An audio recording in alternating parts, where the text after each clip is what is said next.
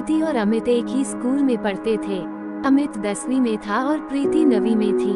वो दोनों एक दूसरे को पसंद करते थे, लेकिन कभी किसी की हिम्मत नहीं हुई एक दूसरे को ये बोलने की।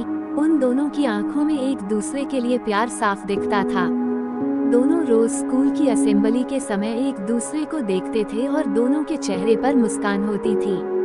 जब गर्मी की छुट्टियां चल रही थी और अमित को प्रीति की बहुत याद आ रही थी, क्योंकि अभी स्कूल भी बंद था और वो एक दूसरे को देख भी नहीं पाते थे और ना ही उनका घर कहीं एक दूसरे के आजू बाजू में था।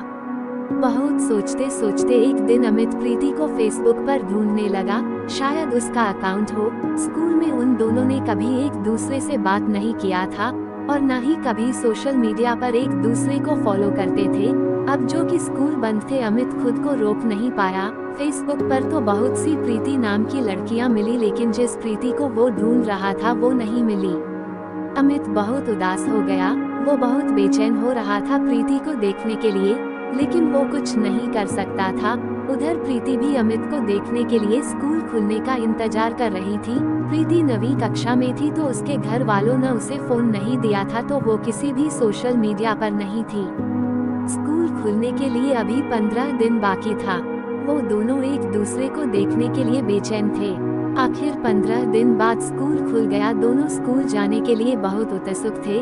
अमित स्कूल समय के 10 मिनट पहले ही जाकर स्कूल गेट के बाहर खड़ा होकर प्रीति का इंतजार कर रहा था। सब बच्चे एक एक करके स्कूल आ रहे थे, लेकिन प्रीति अभी तक उसे नहीं दिखी। गेट पर खड़े चौकीदार ने कहा कि अंदर जाओ, अब गेट बंद होने वाला है।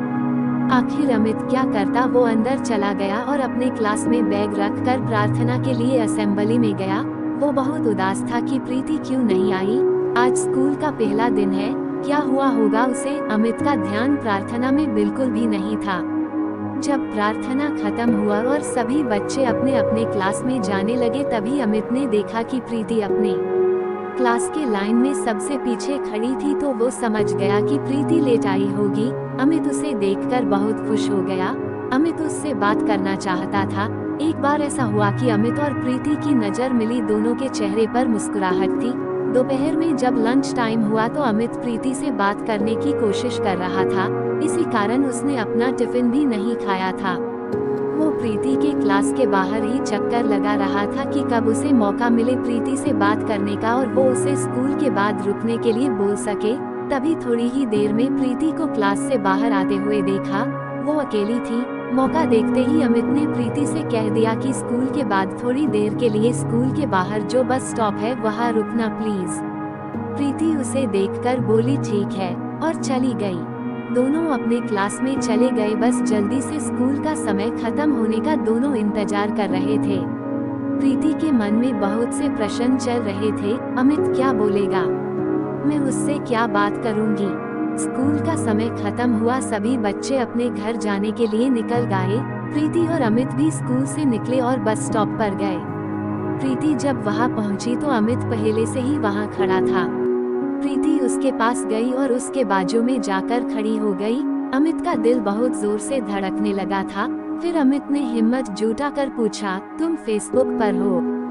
वो बोली, नहीं, मेरे पास फोन नहीं है। अमित ने पूछा, क्यों? तो प्रीति बोली, अभी मैं 9वीं क्लास में हूँ और मेरे घर पर अभी फोन चलाना माना है।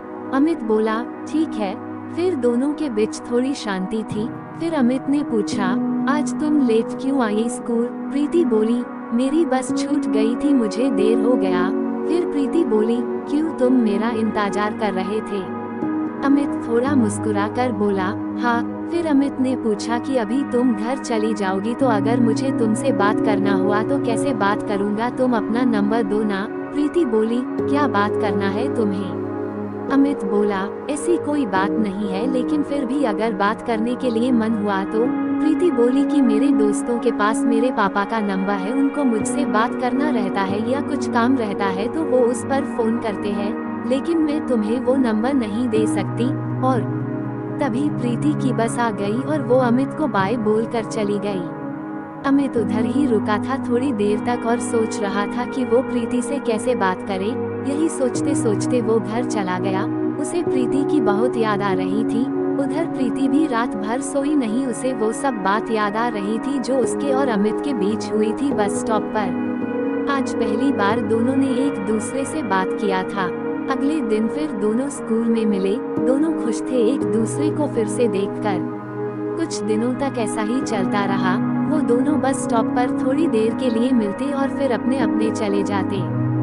एक दिन अमित ने सोचा, बस हो गया, मैं और ऐसे नहीं रह सकता, अब मैं प्रीति को अपने दिल की बात कह दूंगा।